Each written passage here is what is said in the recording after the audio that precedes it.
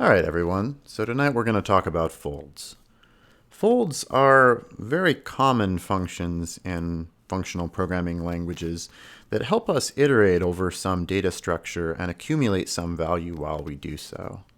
So to understand what that means, let's first write out a few basic functions in Racket that do some common things. They iterate over a list and accumulate some value as they do it, which is basically what a for loop would be in a language like C or Python or something.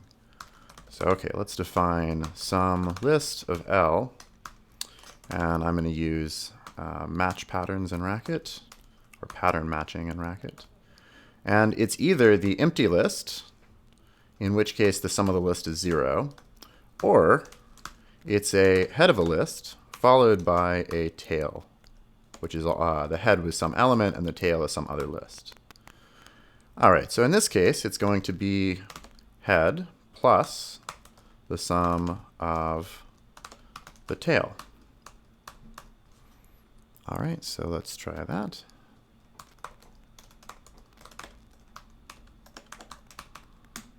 And we get 6.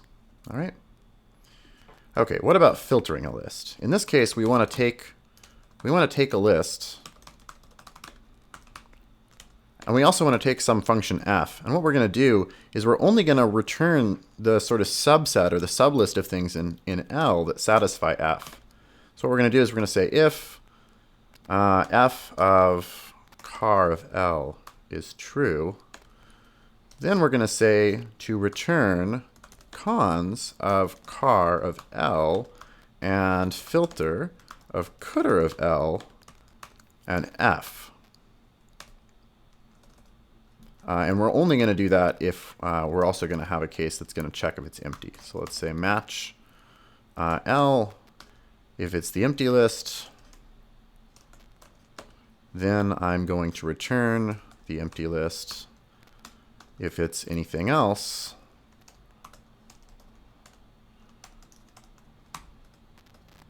then do this.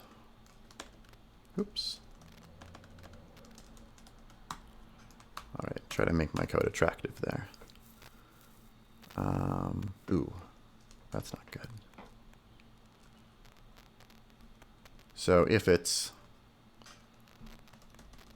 f is true of the car of L, then we're going to return the cons of the car of L and filtering the rest of the list.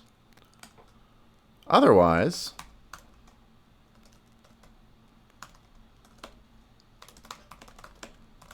so when we want to include the car of L here,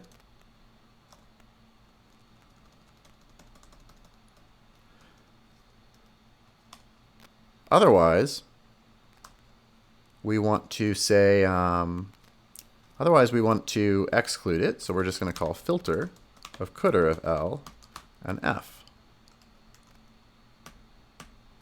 All right, let's try that one. So let's try filter of lambda x true. So we'll just include everything. So this is a function that, ooh, and I have a contract violation. If f is true of car of L, it says expected pair given procedure. I just called it with the wrong arguments. Well, that's one way in which it's sad that I guess the type signature is helping us, but maybe a type programming language would make that more obvious. All right, so here we go. There we go. And then let's filter, try testing it again with just false maybe. We get the empty list. All right, so this one looks like it's correct. What about append each sublist? So we do append each, and you give me a list of lists L, and we're going to append them all to each other. So what I'm going to do is I'm going to say match L. If it's a empty list, then I'm going to return some value, which I guess is just the empty list, because now I don't have anything else to append. Otherwise, I have some head, which is all lists, and then a list of list tails. And then what am I going to do there? I'm going to do append of head to append each of tails. All right, and eventually that will bottom out and just give me the empty list. All right, and let's see what we've got. So let's do append each of list 0, 1, 2, 3, 4, 5. And it works. All right, so I think all these are good. So they're good, but they're not necessarily the conventional style that we would use to write loops in functional programming languages. So if you've sort of maybe tried to write more optimized code in some languages, one thing that you'll frequently hear about is that you should consider using tail recursion. And so tail recursion is a style in which if we write our code in a tail recursive way, a lot of languages will guarantee that they'll transform what would be recursive calls into essentially something like loops as the compiler works. So many functional languages guarantee this, and they do use it to actually implement loops in some compilers, although some other compilers are sort of also able to distinguish how you can determine how you could do this as well. But it is a very common way for getting efficiency. And even though, and it can also, for example, alleviate issues where you would get stack overflows from things. Although languages like Racket, I believe now do have things like stacklets. So they have sort of segmented stacks that sort of just reallocate on the heap. I'm pretty sure that's true, although I'm happy to hear if someone knows otherwise. Okay, so let's say we wanted to write these in the tail recursive style.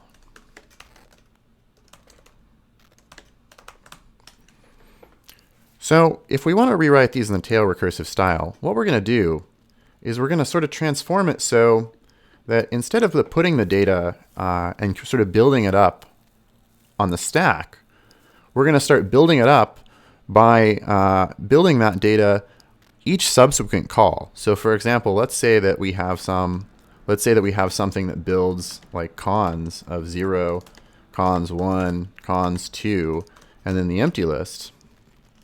Let's see, is that enough parentheses? There we go, the empty list.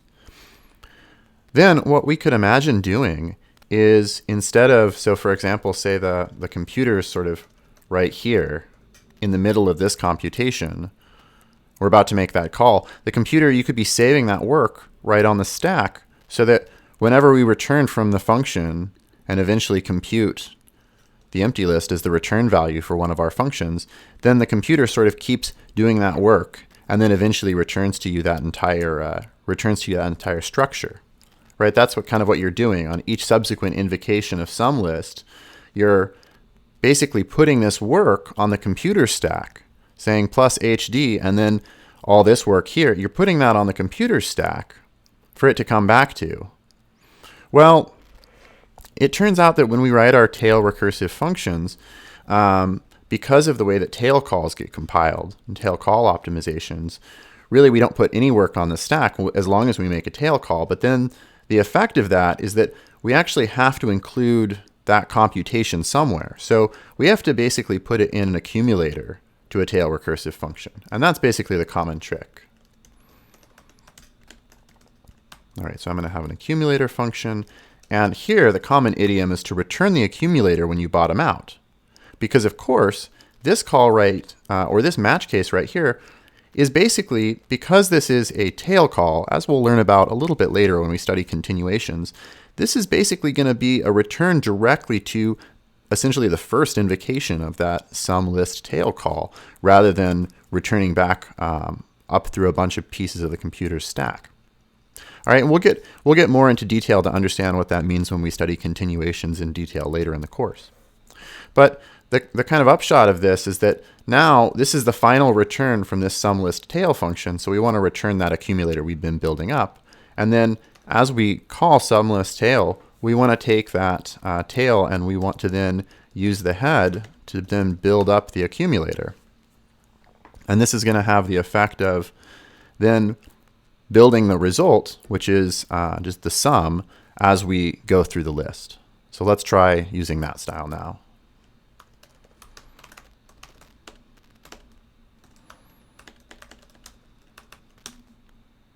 Ooh, why did I type that? Silly me.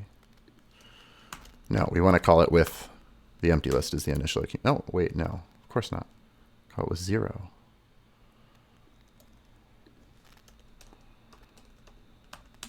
There we go, 10. Okay, so now let's try doing filter as well. Then we'll skip depend each. That can be an exercise.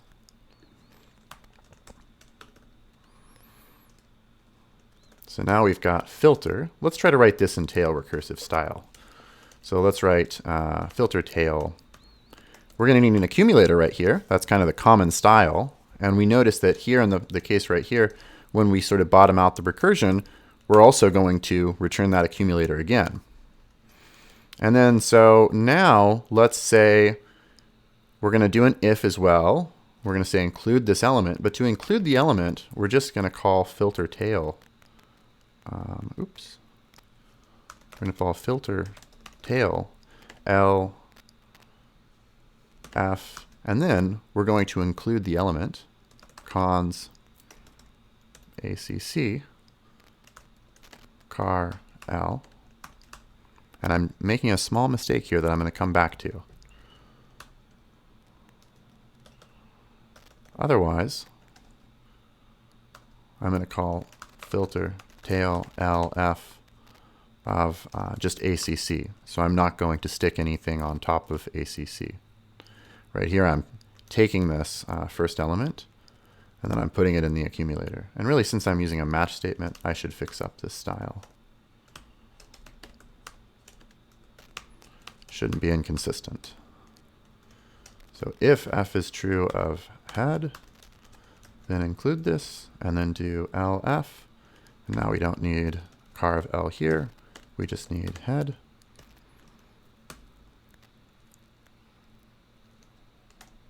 Otherwise, we need to do it for just this, like we had already reasoned. And I think that will get us there, except for one thing that I'm going to point out in a second. So let's do filter tail on list 0, 1, 2, 3, 4, 5. And then our f will be lambda x is x less than 3. And our initial accumulator is going to be the empty list. And it runs forever. Okay, what are we doing wrong?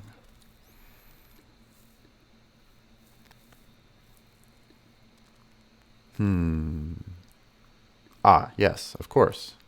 This needs to be the tail.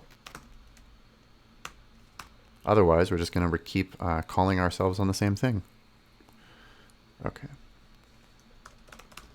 Filter tail 0, 1, 2, 3, 4, 5.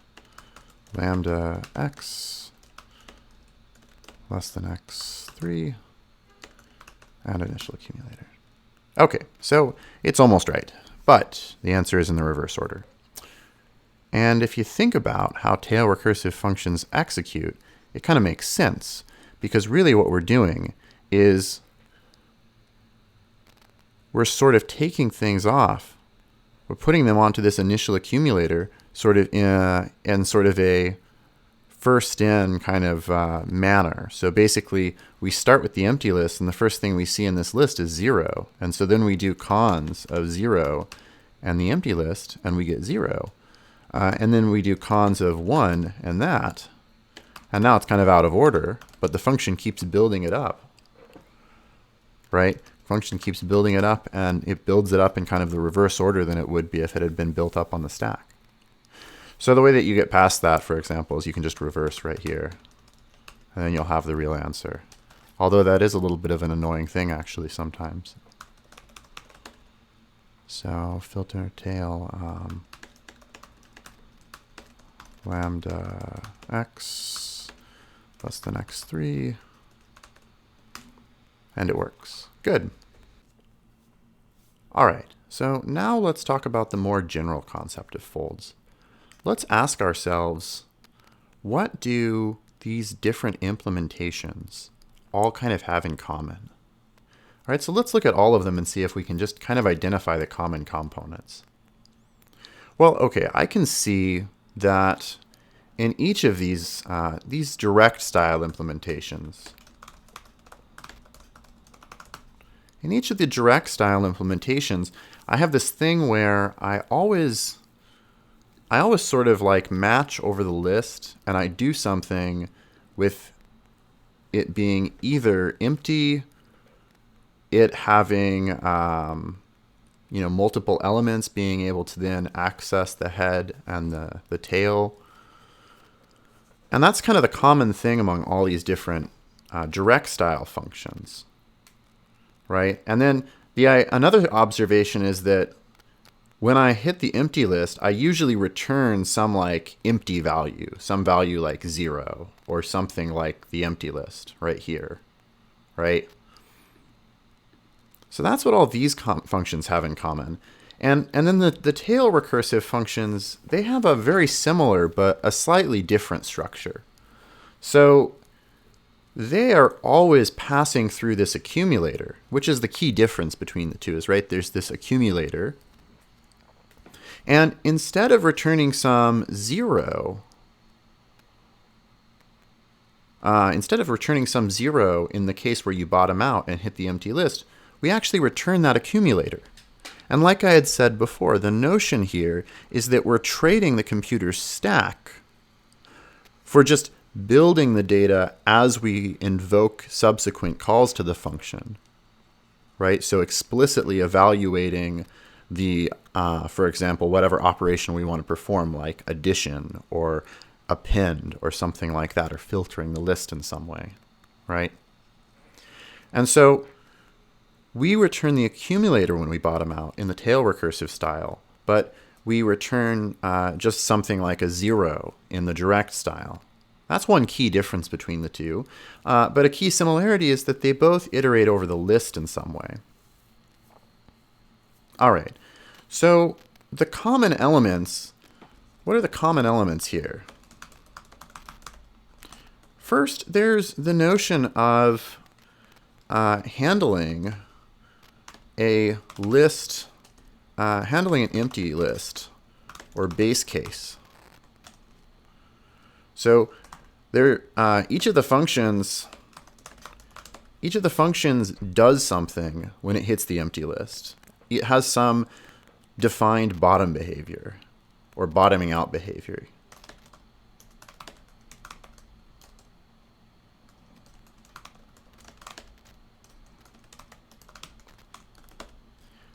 Another thing is that all of these elements, they kind of walk through, all of these functions, they kind of walk through the entire list.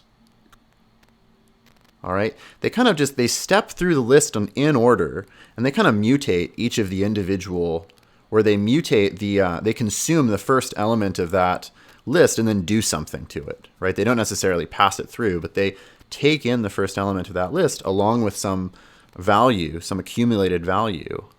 So, and let's talk about the tail recursive functions.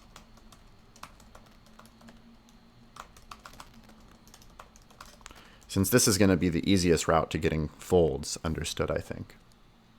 They're all going to be handling an empty list or a base case. Each function has some bottoming out behavior.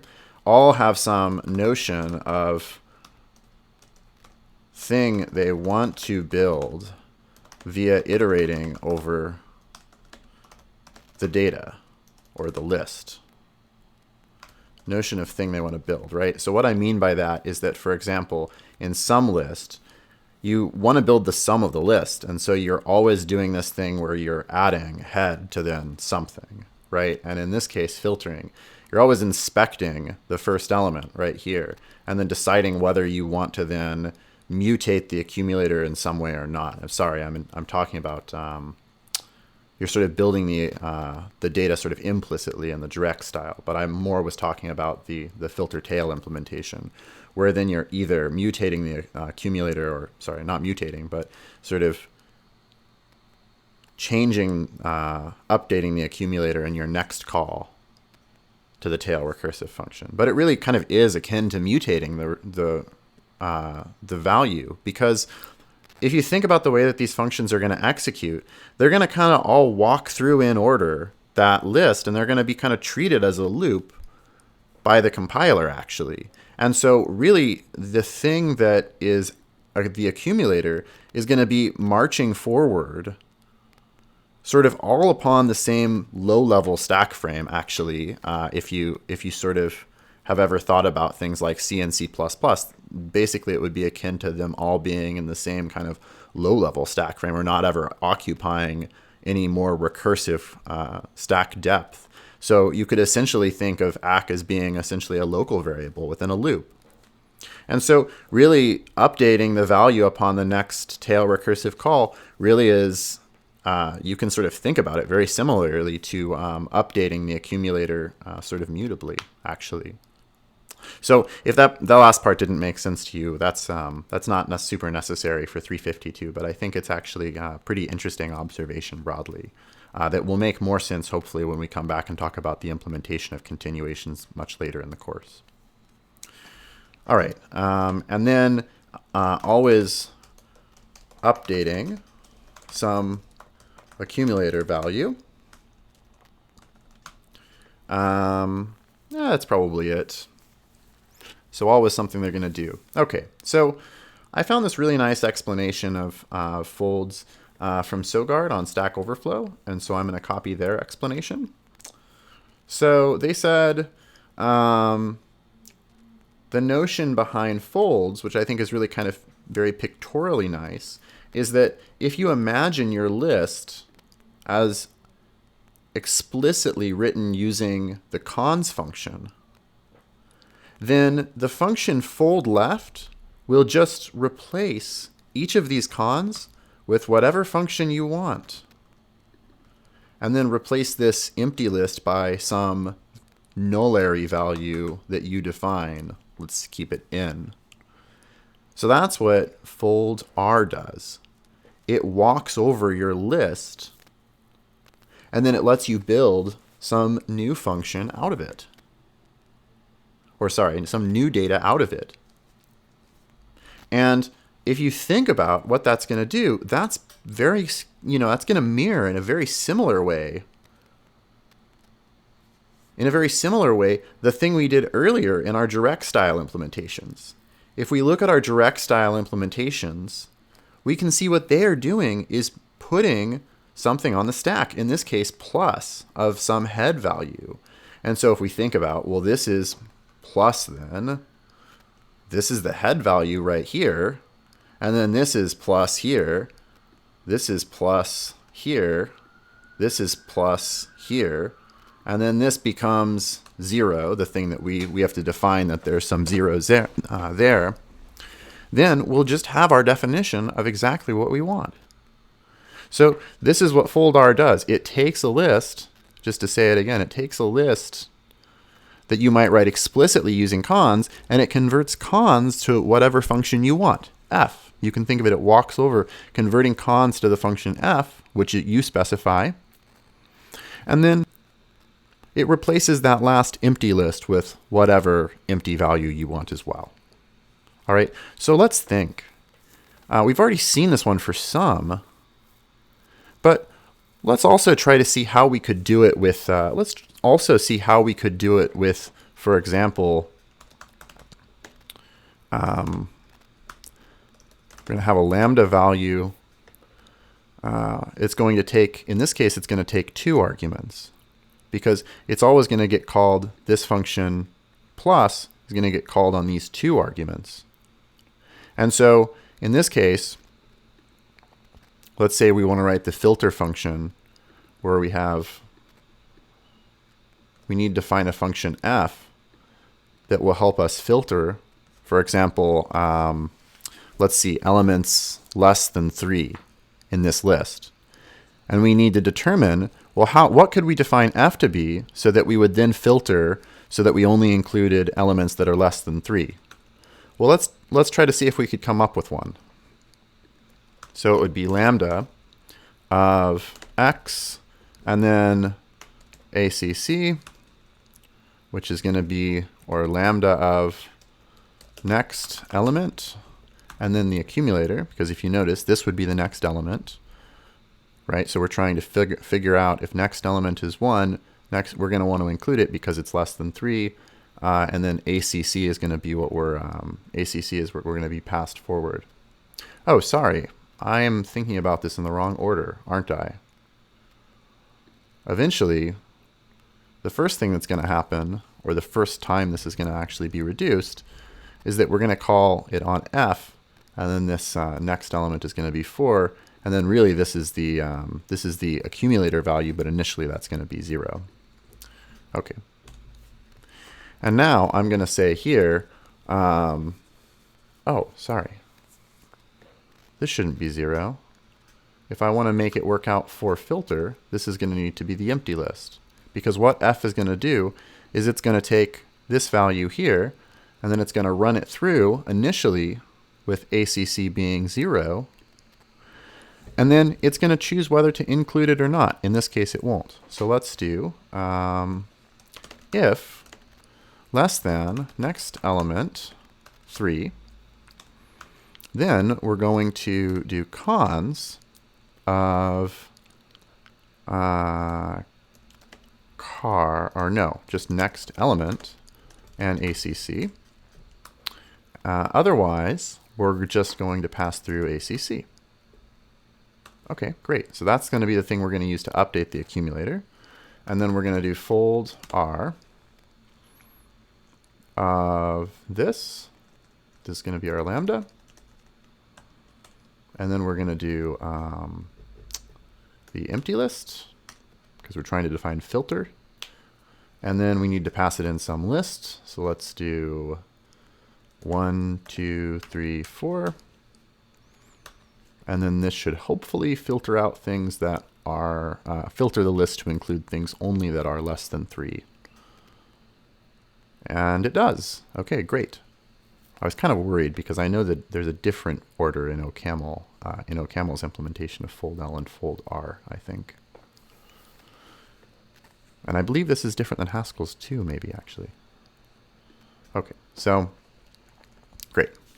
So this is how we could define something like filter using fold R, and this is the lambda function we would have to use if we wanted to define filter. How could we define fold R itself? So we have fold R accepts 3 different inputs. First, it needs a function f that it's going to apply to pairs of things, the accumulator and the next element. Then we need a 0 value, and then we need a list that we're going to apply it over. And on this one, we pretty much follow our nose. We're just going to take this idea, and then we're just going to reify that in code by walking over the list. So I'm going to match over the list and say, if it's the empty list, then we'll be in this case right here.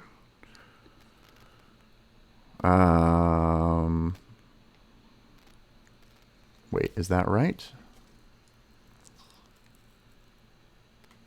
Fold R.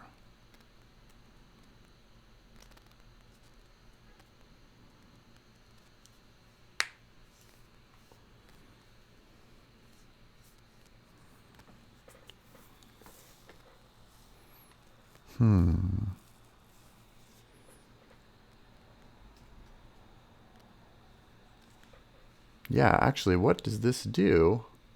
I guess the thing that's puzzling me is how you handle the empty list.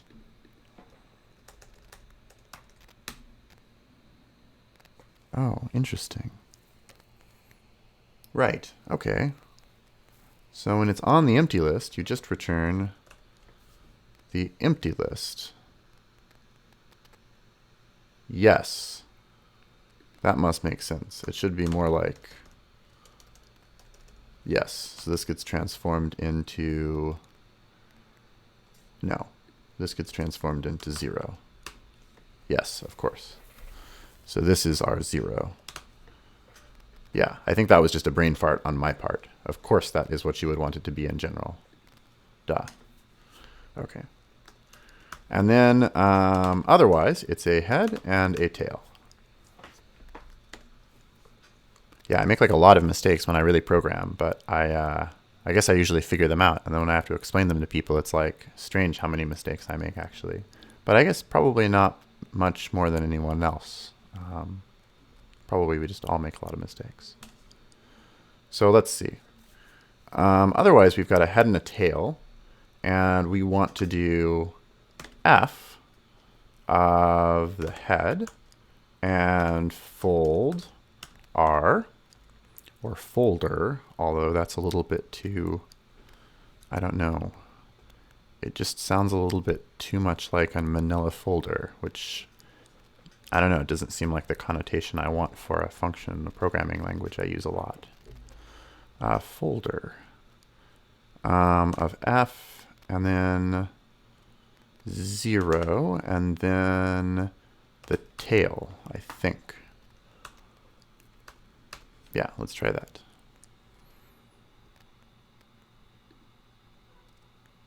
Oh, wait, no. Yes. Yeah, I think that's right.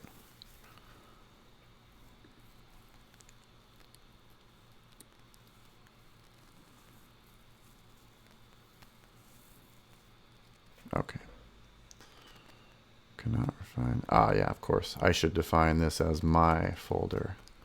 Sorry, my fold R. My fold R. Let's see if this works.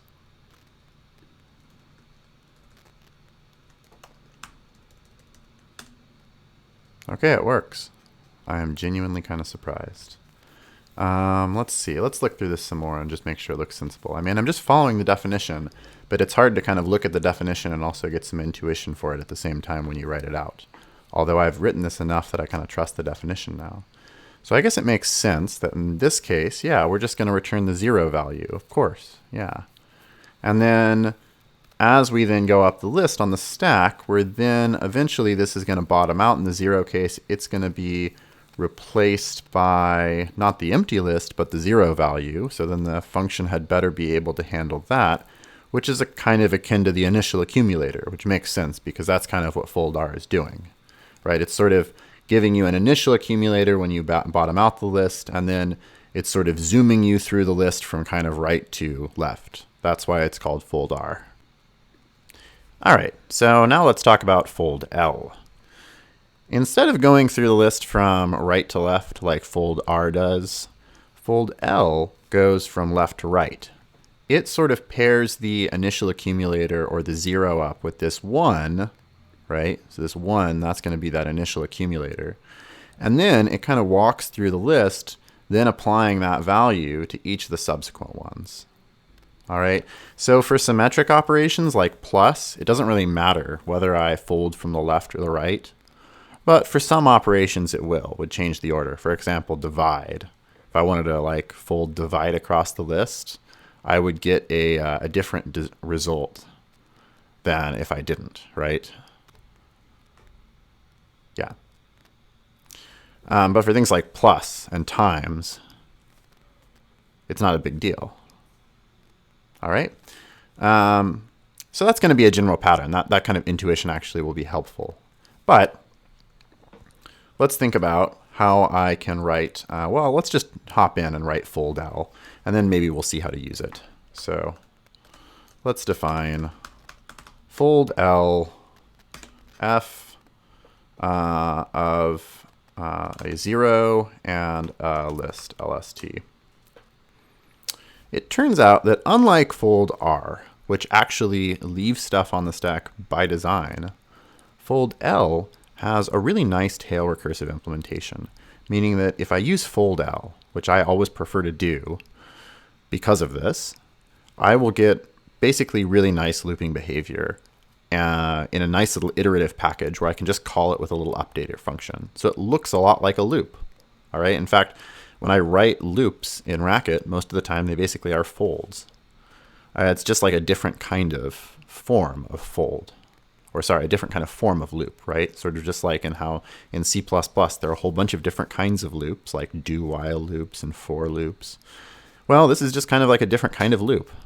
And that's basically what it is. So fold L. So let's define loop of F 0 ACC. And then this is going to be match loop. Sorry. Okay, I'm going to do my list here, and then my accumulator here. And then I'm going to match the list, and I'm going to say if it's the empty list. Then I'm going to return the accumulator. Otherwise, if it's a head and a tail, do loop of L and apply F to the, ooh, nope, that is, no, I do want the accumulator.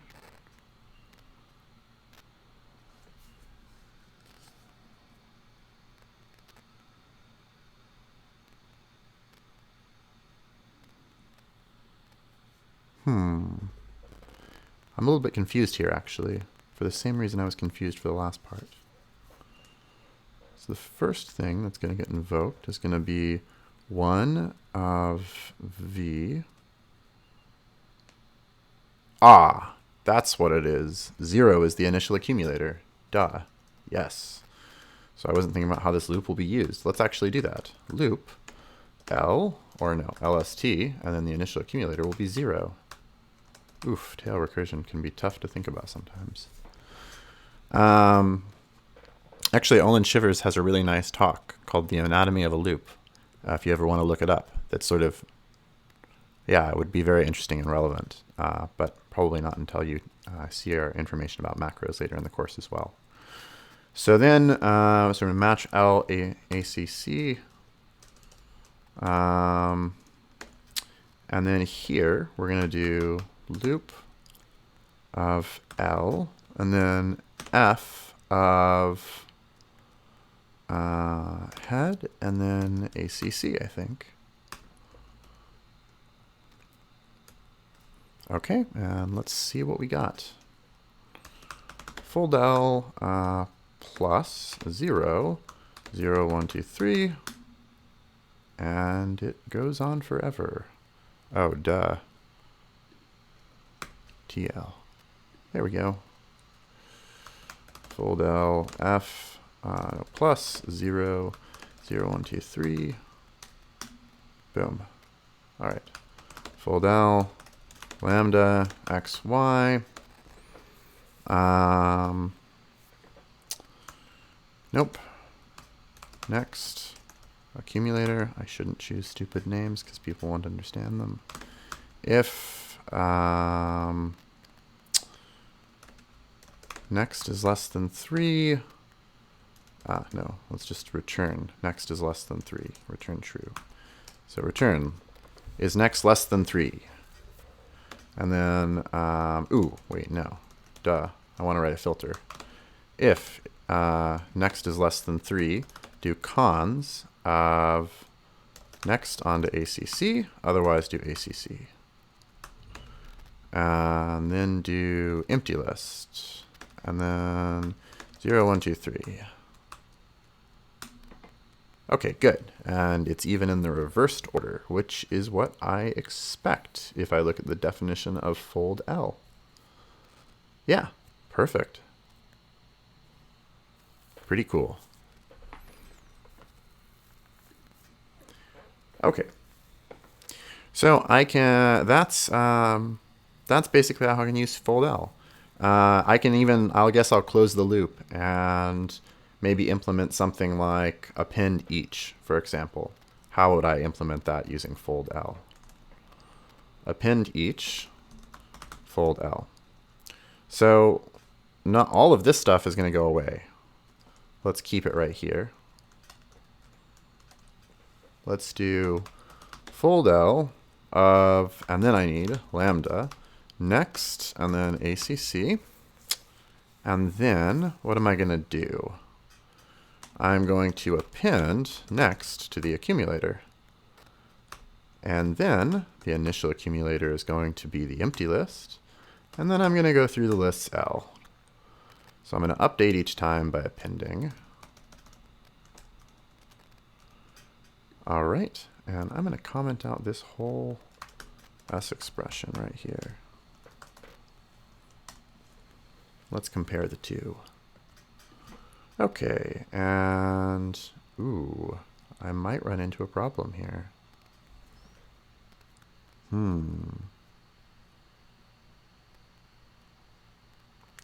You know what? I guess if I'm going to do that, I have to actually reverse L.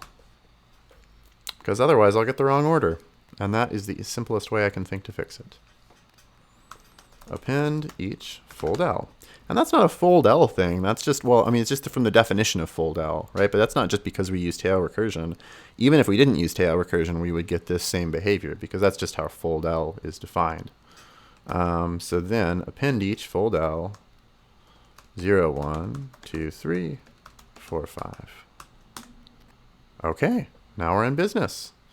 All right, well, thanks so much. You can generalize all this stuff quite a bit over arbitrary data structures. You see how in this match statements here, we're matching over all of the constructors of the list data structure. Well, we could imagine doing the same exact thing, but for some arbitrary algebraic data type. So if we had something like a tree, we could imagine writing a fold over a tree. The general term for this is, they're called catamorphisms. I think there's a paper called Programming with Bananas, Barbed Wire, and Lenses, or something like that. Pretty interesting paper to read. I haven't read it in a long time, but it's about sort of programming using higher order functions called catamorphisms, which are basically more general structures that, or more general functions that generalize these folds over just lists. We're not really going to cover too much of that in 352. But it is an interesting idea to think about, and folds can be a very powerful thing. You can sort of see how we sort of can see the mirroring with the sort of base case in the fold. The way we update it each time kind of mirrors the sort of normal tail, or the sort of traditional tail recursive implementation, which is sort of the way that a functional programmer would write a loop, right? This is just another looping construct.